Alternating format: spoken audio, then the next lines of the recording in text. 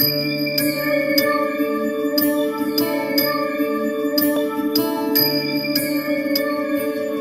பெரும் ஜோதி, அருள் பெரும் ஜோதி, தனி பெரும் கருணை, அருள் பெரும் ஜோதி, எல்லா உயிர்களும் இன்புற்று வாழ எல்லாம் வல்ல இறைவனை வேண்டுகிறேன். நான் உங்கள் ஜோதிடர் வள்ளலார் ஆர் ஸ்ரீரங்கராஜன். அம்மன் ஆன்மீக நேயர்களுக்கு வணக்கம். நாம் இப்போது ஆவணி மாத பலன் பார்க்க போகிறோம். இந்த ஆவணி மாதம் என்பது நவகிரகங்களின் ராஜாவான சூரியன் தன் சொந்த வீட்டில் ஆட்சி பெறக்கூடிய இந்த சிறப்பான மாதத்தில் ஆவணி மாதம் 11ஆம் தேதி விநாயகர் சதுர்த்தி திருவிழா இந்து மதத்தை கடைபிடிப்போர் அனைவராலும் சிறப்பாக கொண்டாடப்படுகிறது. இது இந்த மாதத்தில் இருக்கக்கூடிய சிறப்பு விசேஷமான பூஜை. ஆவணி மாதம் 6ஆம் தேதி வெள்ளிக்கிழமை வாஸ்து நாளாக இருக்கிறது. இந்த வாஸ்து நாளில் நீங்கள் மனை முகூர்த்தம் செய்து கொள்ளலாம். சாஸ்திர முறைப்படி வாஸ்து நேரம் மதியம் 2:31 முதல் 4:01 வரை உள்ளது. மதிய நேரத்தில் மனை முகூர்த்தம் செய்ய மன வருத்தம் உள்ளவர்கள் அதிகாலை 6:35 முதல் 7:35க்குள் சுக்கிரன் ஓரையில் மனை முகூர்த்தம் செய்து கொள்ள சுபம். இந்த மாதத்தில் தேய்பிரை முகூர்த்தங்கள் 4, வளர்பிறை முகூர்த்தங்கள் 4 என 8 முகூர்த்தங்கள் இருக்கின்றன. வளர்பிறை முகூர்த்தங்கள் ஆவணி 11, 12, 13, 19 என்று 4 நாட்களும், தேய்பிரை முகூர்த்தங்கள் 4, 5, 26, 29 என்று 4 முகூர்த்தங்களும் உள்ளன. இதில் சுப நிகழ்ச்சிகளை தாராளமாக செய்து கொள்ளலாம். இந்த மாதத்தில் இருக்கக்கூடிய கிரக அடைவுகள் என்று நாம் பார்த்தோம் என்றால், மிதுன ராசியிலே சுக்கிரனும் குரு பகவானும், கடக ராசியிலே புதனும், சிம்ம ராசியிலே சூரியனும் கேதுவும், கன்னி ராசியிலே செவ்வாயும், வாக்கிய பஞ்சாங்கப்படி கும்பத்திலே சனி பகவான் வக்ரகதியிலும் ராகு பகவானும் இருக்கக்கூடிய இந்த ஆவணி மாதம் உங்கள் ராசிக்கு என்ன செய்கிறது என்று பார்ப்போம். வாங்க வீடியோக்குள்ள போகலாம். மிதுன ராசி நேயர்களே வணக்கம். உங்க ராசியிலேயே சுக்கிரன் குரு 2 கிரகங்களும் இருக்கக்கூடிய இந்த சுபனான நேரத்தில் தான் இந்த ஆவணி மாதம் பிறக்கிறது. இந்த ராசியில் சுக்கிரன் குரு இந்த 2 பேரும் இருப்பதுவே ஆடம்பர செலவுகளை செய் அப்படின்னு தூண்டிக்கிட்டே இருக்கும். படிக்கிற குழந்தைகளுக்கு சீருடை, ஒரு சீருடை இருக்கையில இன்னொரு சீருடை எடுக்கலாம் அப்படின்ற மாதிரி எண்ணம், ஆசை. 2 சீருடை இருக்கிறவங்களுக்கு 3 சீருடை, 4 சீருடை, அது மாதிரி ஆடம்பரமான உடை அலங்காரங்கள் இந்த மாதிரியான விஷயங்களை நிறைய ஏற்படுத்தி கொடுக்கும். அடுத்து உங்க ராசியில குரு இருக்கிறார். குரு இருந்தால் வேலை வாய்ப்பு, வேலை சம்பந்தமான விஷயங்களை, நல்ல இடமாற்றம், பதவி உயர்வு இந்த மாதிரியான விஷயங்களை ஏற்படுத்துறதுக்கான சாத்திய விஷயங்களை நிறைய ஏற்படுத்தி கொடுக்கும். அடுத்து உங்க ராசிக்கு 2ஆம் இடத்தில் புதன் இருக்கிறார். அது இந்த மாசம் 26ஆம் தேதி வரைக்குமே அங்கதான் புதன் இருக்க போகிறார். ராசிக்கு 2ஆம் இடத்தில் புதன் இருப்பது படிக்கின்ற குழந்தைகளுக்கு படிப்பு மிக சிறப்பாக செமையாக இருக்கும். குழந்தைகளுடைய புத்திசாலித்தனம் மிகச்சிறப்பாக வெளிப்படும். ப்ராக்ரஸ் கார்டு அப்படின்னு சொல்லக்கூடிய அந்த தர அட்டைகளில் உங்களுடைய குழந்தைகளுடைய வளர்ச்சியை நீங்கள் கண்கூடாக பார்க்கலாம். இந்த மாதத்தில் மிகச்சிறப்பான மாதம் படிக்கின்ற குழந்தைகளுக்கு. உங்கள் ராசிக்கு 3ஆம் இடத்தில் சூரியன் கேது. அரசாங்க சம்பந்தமா ஒரு வேலைக்கு ஆளான்னு அலைஞ்சிட்டு இருக்காங்க. விவோவை பார்க்க முடியல, கையெழுத்து வாங்க முடியல, ஆர்ஐகிட்ட போனோம், அவர் அன்னைக்கு நாளைக்கு நலைய வைக்கிறாரு, தாசில்தார்ட்ட போனோம், அவர் வேலை முடியல அப்படின்னு காத்திருக்கவங்களுக்கு அரசாங்க சம்பந்தமான வேலைகள் மிக சிறப்பாக மிக செமையாக உங்களுக்கு முடிஞ்சிடும். அது சம்பந்தமான எந்த ஒரு தொல்லை விஷயங்களும் சரியாகிவிடும். அடுத்து 4ஆம் இடத்தில் செவ்வாய் இருக்கிறார். 4ஆம் இடத்தில் செவ்வாய் இருந்தால் இடம் வாங்கணும், ஒரு மனை வாங்கணும் அப்படின்னு காத்திருக்கக்கூடியவங்களுக்கு இடம், மனை இந்த மாதிரியான விஷயங்கள் சிறப்பாக அமையும்.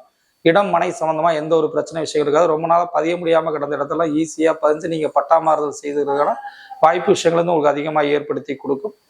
உங்கள் ராசிக்கு 5ஆம் அதிபதியாகவும் சுக்கிரன் வருகிறார். அவள் உங்கள் ராசியிலிருந்து ஆவணி மாதம் 5ஆம் தேதி 2ஆம் இடத்திற்கு இந்த சுக்கிர பகவான் வரப்போகிறார். உங்கள் ராசிக்கு 2ஆம் இடத்தில் சுக்கிர பகவான் இருக்கும் பொழுது திருமண உறவுக்கு தேடி கொண்டிருக்கக்கூடிய வரன்களுக்கு நல்ல வரன் வது அமைவதற்கான வாய்ப்பு விஷயங்களை ஏற்படுத்தி கொடுக்கும். திருமண உறவுகள், திருமண நிச்சயதார்த்தங்கள், திருமணம் நடப்பதற்கான வாய்ப்பு விஷயங்களையும் இந்த ஆவணி மாதம் உங்களுக்கு சிறப்பாகவும் செமையாகவும் செய்ய காத்திருக்கிறது. அடுத்து உங்கள் ராசிக்கு 6ஆம் அதிபதி 6 கூடையவன் செவ்வாய் பகவான் 4ஆம் இடத்தில் இருக்கிறார். அப்ப தாயருடைய உடலில் ஒரு அறுவை சிகிச்சை செய்வதற்காகவோ, தாயுடைய இடுப்பு முதுகு பகுதியில் வலி தொந்தரவு தொல்லைகள் தாய்க்கு ஏற்படுத்துவதற்கான வாய்ப்புகளும் உண்டு. தாயின் உடல் ஆரோக்கியம் சார்ந்த விஷயங்கள் கவனம் தேவை. மருத்துவம் சார்ந்த படிப்பு படித்துக் கொண்டிருக்கக்கூடிய மிதுன ராசிக்காரர்களுக்கு மருத்துவ சம்பந்தமான படிப்புகள் மிக சிறப்பாகவும் செமையாகவும் இருக்கும். சீருடை அணிந்த துறை சார்ந்த வேலைகளுக்கு முயற்சி செய்து கொண்டிருக்கிற மிதுன ராசிக்காரர்களுக்கு, அது காவல்துறையாக இருக்கட்டும், சட்டத்துறையாக இருக்கட்டும், அந்த சீருடை அணிந்து செய்யக்கூடிய வேலை வாய்ப்புகளை நோக்கி எதிர்நோக்கி காத்திருக்கக்கூடிய மிதுன ராசிக்காரர்களுக்கு அது சம்பந்தமான வேலை வாய்ப்புக்கான கதவுகள் மிகச் சிறப்பாக திறக்கும். நீங்கள் செய்யக்கூடிய அனைத்து முயற்சிகளும் உங்களுக்கு ஒரே முயற்சியிலே முதல் முயற்சியிலே உங்களுக்கு வெற்றி கிடைப்பதற்கான வாய்ப்பு விஷயங்கள் உண்டு.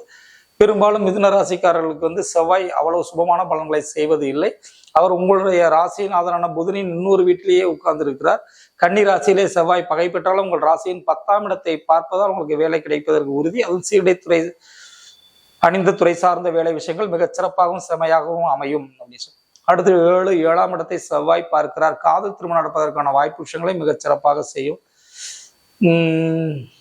சுயமரியாதை திருமணம், வேற்று கலப்பு திருமணம் சொல்லுவாங்கல்ல, வேறு சமுதாயத்தை சார்ந்த பெண் அல்லது ஆணை திருமணம் செய்து கொள்வது, அனைத்து விதமான விஷயங்களுமே உங்களுக்கு நடப்பதற்கான சிறப்பாக சொல்லணும். ஒரே வரியா சமநிதியோடு சொல்லணும் அப்படின்னா காதல் திருமணம் கைகூடும். அதுக்கான வாய்ப்பு விஷயங்கள் உங்களுக்கு சிறப்பாக செமையாக இருக்கிறது. அடுத்து 8 ஆயுள் விருத்தி, வழக்கு வெற்றி, எல்லா விஷயங்களும் உங்களுக்கு சிறப்பாக செமையாக இருக்கிறது. 9ஆம் இடத்தில் சனியும் ராகுவும் அமர்ந்து இருக்கிறார்கள். 9ஆம் இடத்தில் சனி ராகு அமர்வது ஒரு கோவில் சம்பந்தமான வேலையை எடுத்து செய்வது, கோவில் திருப்பணிக்கு உங்களால் முடிந்த உதவி செய்வது, இது உங்களுக்கு அந்த தோஷத்திலிருந்து தீர்க்கும். என்னப்பா தோஷம்? 9இல் சனி ராகு, 9ஆம் அதிபதி ஆட்சி பெற்றுதானே இருக்கிறார், ராகுவோடு சம்மந்தப்பட்டிருக்கிறார். இந்த ராகுவோடு சம்பந்தப்பட்ட சனி 9ஆம் இடத்தில் இருக்கிற தந்தைக்கு உடல் ஆரோக்கியத்தில் கொஞ்சம் சிறு குறைபாடு ஏற்படுவதற்கான வாய்ப்புகள் உண்டு. தந்தைக்கு நரம்பு சம்பந்தமான சில பிரச்சனைகளோ, மயக்கம், தலை சுத்தல் சார்ந்த இம்சைகளும் ஏற்படுவதற்கான சாத்தியக்கூறுகள் உண்டு. அது சம்பந்தமான விஷயங்கள் கொஞ்சம் கவனமாக இருந்து கொள்வது ரொம்ப நன்மையான செயல் விஷயங்களை செய்யும். தந்தைக்கு சிறு உடல் உபாதை என்றாலும் அதை சரியான நேரத்தில் நீங்கள் பார்த்தால் பெரிய மருத்துவ செலவிலிருந்து நீங்கள் தப்பித்துக் கொள்ளலாம். 10ஆம் இடத்தை செவ்வாய் பார்க்கிறார். மருத்துவம் சார்ந்த துறை வேலை வாய்ப்புகள் சிறப்பாக இருக்கும். இன்ஜினியரிங் சம்பந்தமான, அக்ரிகல்ச்சர் சம்பந்தமான துறை சார்ந்த முறைகள் படித்துக் கொண்டிருப்பவர்களுக்கு வேலை வாய்ப்பு மிக சிறப்பாக கிடைக்கும் அப்படிங்கிற மாதிரி அமைப்பு இருக்கு. 11ஆம் அதிபதி செவ்வாய் 4ஆம் இடத்தில் இருக்கிறார். சகோதரரும் இவரும் சேர்ந்து கூட்டாக இடம் வாங்குவதற்கோ வீடு கட்டுவதற்கோ வாய்ப்பு விஷயங்களை ஏற்படுத்தும். கூட்டு தொழில் அப்படிங்கிறது எப்போதுமே மிதுன ராசிக்காரர்களுக்கு ஆகவே ஆகாது. கூட்டு தொழிலை கைவிடுவது நல்லது. உடன் பிறந்தாரோடு இணக்கமாக செய்வது பெரிய அளவில் பாதிப்பு தொந்தரவு தொல்லைகள் கொடுத்து விடாது. 12ஆம் அதிபதி சுக்கிரன் உங்கள் ராசியில் இருக்கிறார். கனவு தொந்தரவு தொல்லைகள் உங்களுக்கு கொஞ்சம் இருக்கும்.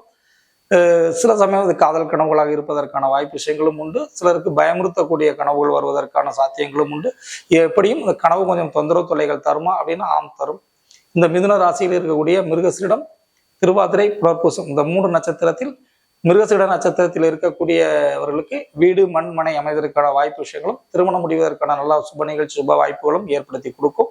திருவாதிரை நட்சத்திரக்காரர்கள் தந்தையின் உடல் ஆரோக்கியத்தில் கவனம் தேவை.